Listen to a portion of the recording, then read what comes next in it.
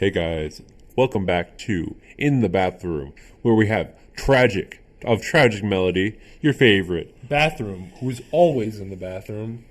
Yeah, to all of you checking in on YouTube, we are, you might not know this, but Bathroom and I are professional Overwatch players, and we're just watching back one of our matches to learn a little bit, while we also talk to you a little bit about today's topic.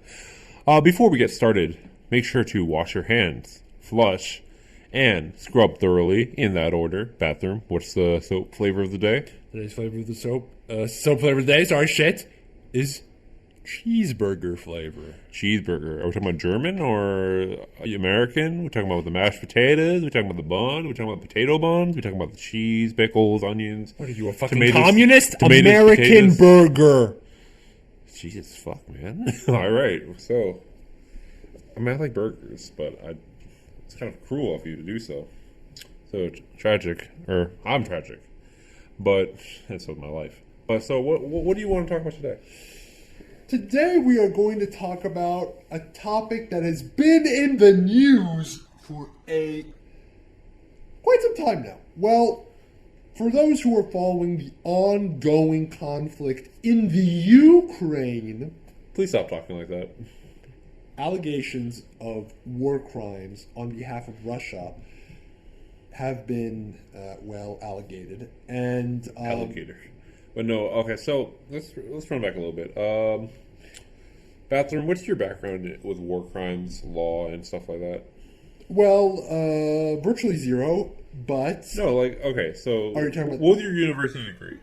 on my university degree, it was biology, but I did a lot Of work concerning, international law. That was my minor. I was a minor international law guy. I'm just a minor. Period.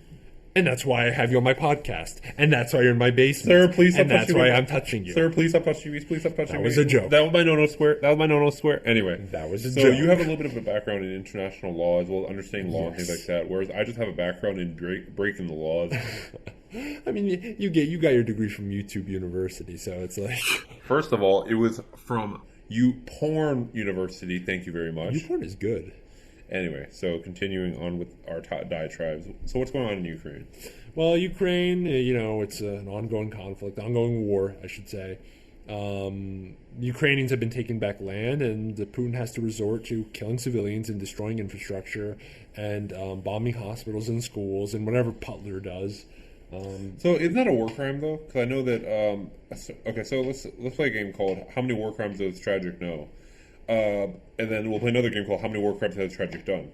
So I know mustard gas, that is a war crime. That's a very specific one that I have a lot of The use of chemical agents. that I have a lot of background with. Yes. Let's just say that one. you're very good with them. Hospitals. Attacking hospitals and injured civilians, that's... Well, actually, attacking hospitals is a war crime. Attacking civilians is a separate war crime. Taking a prisoner of war and killing them, that's a war crime. Killing people who are surrendering, that's a war crime. Surrendering falsely and then turning around to attack, that's also a war crime. I think that's all the information I have regarding war crimes, so... in terms of the ones that I know about. Now, in terms of the ones I've done, I plead the 5th, the 6th, and the 27th. So, continue. Oh, wait, what was the one about slavery? The 24th? I also played the 24th. You did that? Anyway, continue. So, tell me more about war crimes. Anyways, basically, while war crimes cover loads of things, in reality, war crimes don't really exist.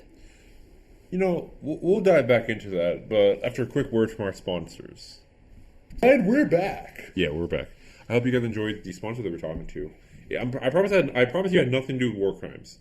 So whenever you see Nestle Peanut Butter Butterfinger Punch, nothing to do with war crimes. Nestle is guilty of no such issues as exploiting third-class or third-world countries or causing ruined water quality, hooking babies on formula for those who cannot afford it. Yeah, Nestle has nothing to do with that. So make sure to buy a Butterfinger bar while you're at it. This is a pro Nestle channel. We are pro Nestle. We are pro Butterfinger.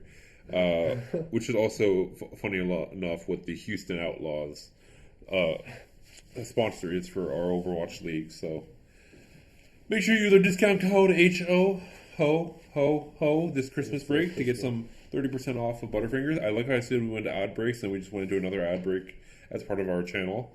Anyway, regardless. So we're talking about how war crimes don't really exist. Yeah. Originally, we were talking a little bit about how what war crimes are, the ones that I'm aware of, the ones that I have caused, and now we're going to talk about why they don't really exist and why I'm no longer an international criminal. Yeah, Take it away, Bathroom. The whole point of a law and breaking a law, I think, its essence is how well you enforce it. Because for that's true. law, there's a punishment for breaking said law.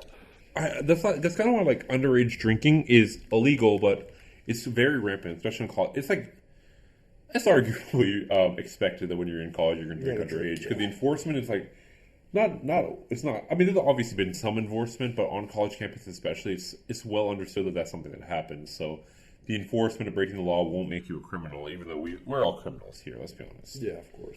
And speeding too is also against the law, but it's not as enforced as much when you go.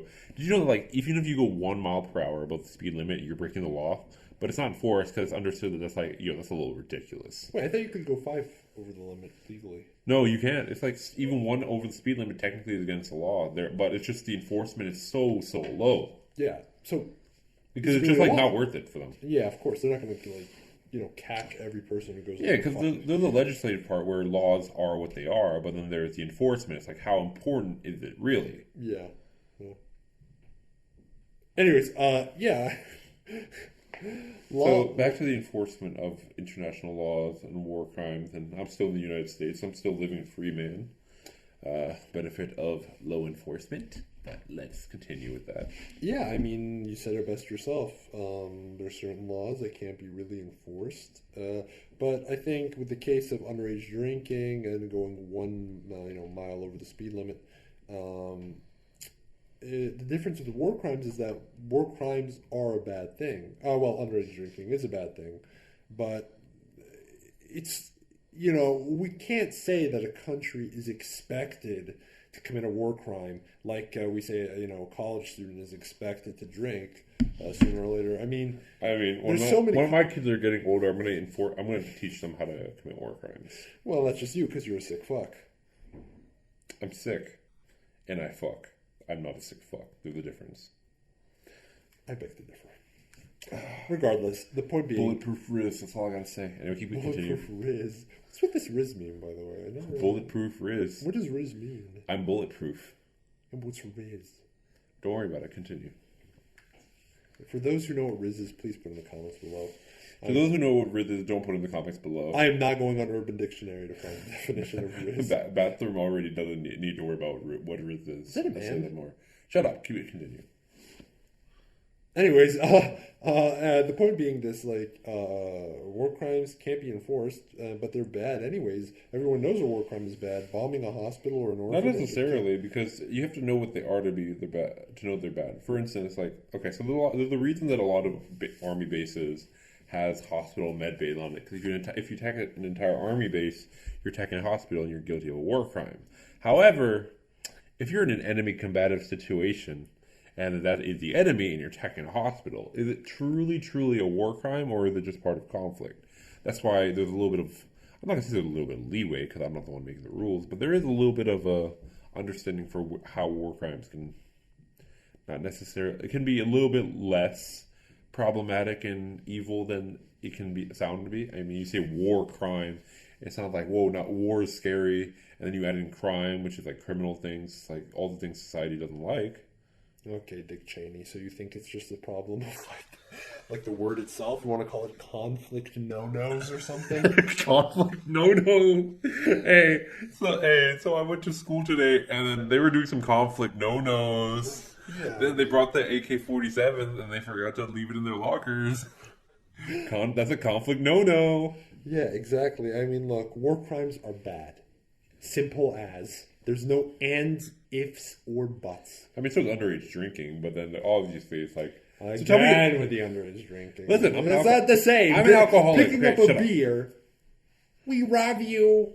Anyway, continue with the theme. So what were we talking about? That's the most Korean guy I've ever seen. So stop talking about the YouTube video that we're playing for the viewers, not for us. Besides, they're teammates. Shut up. I know. We call him Korean because he's so fucking Korean. But anyway, so what will happen to me? What will happen to a nation? Let's go with Putin. Putin commits a war crime. Right. What's going to happen to him? Nothing. Because he's the leader Why? of a country with nukes. He's the leader of the country with a huge military. He's the leader of a country with. But it's still a law, media, isn't it? Like, control okay, let's media. talk about the process.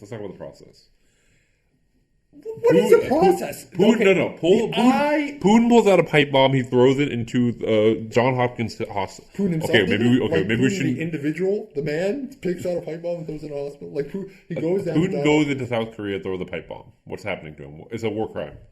Well, that's actually good. What's the war crime like governing body and stuff like that? He'll be arrested and he'll be forced to eat fucking kimchi for the rest of his life. I don't know. Why South Korea? Why can't You're the one who said South Korea.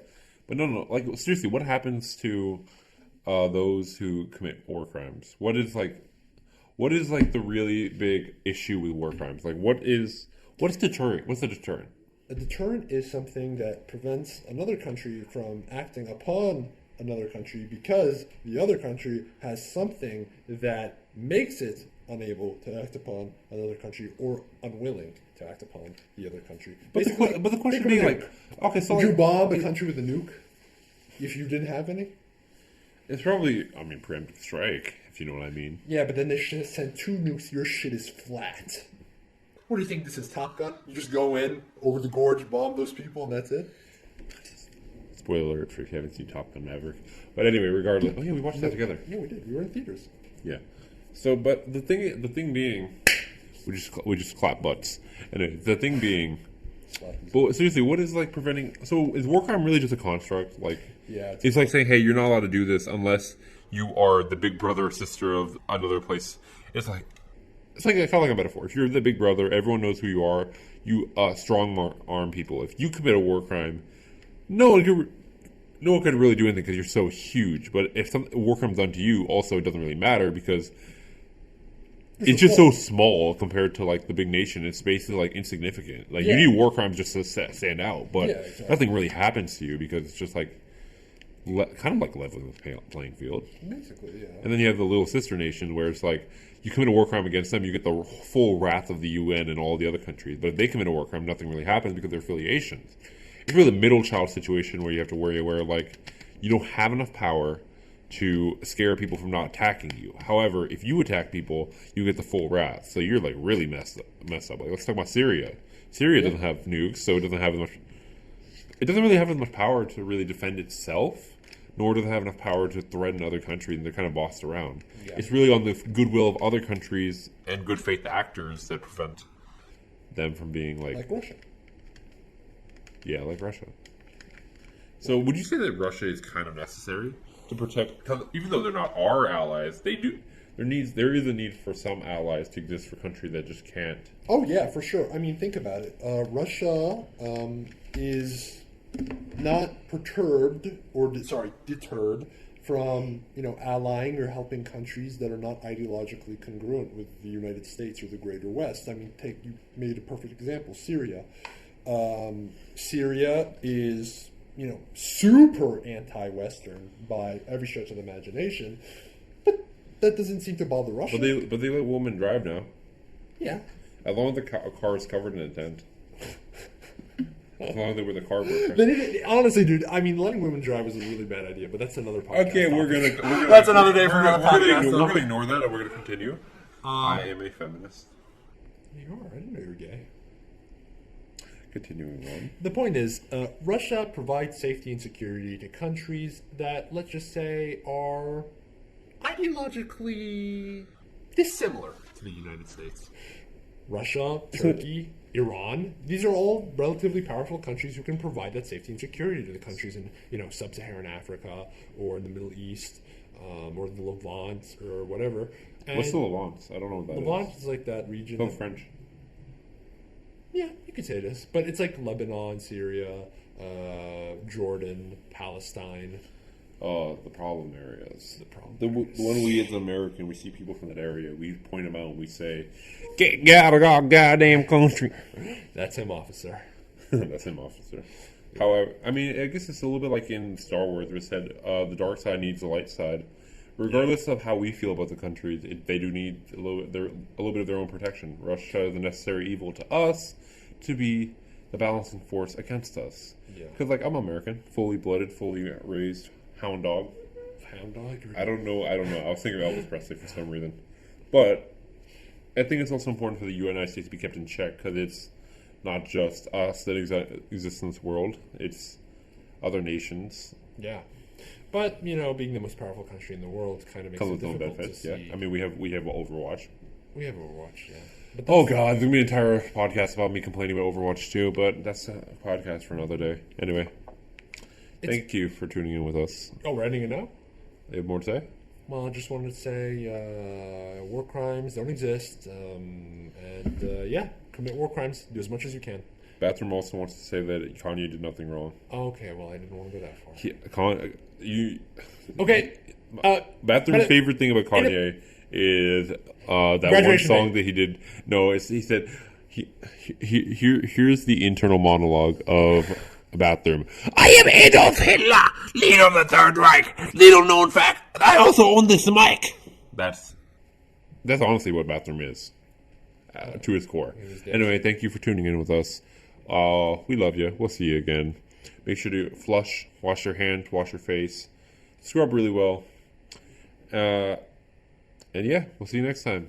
Peace out. I'm Bathroom. He's tragic, and you just watched in the bathroom. And ignore that gay guy dancing as, All right. Peace! Peace.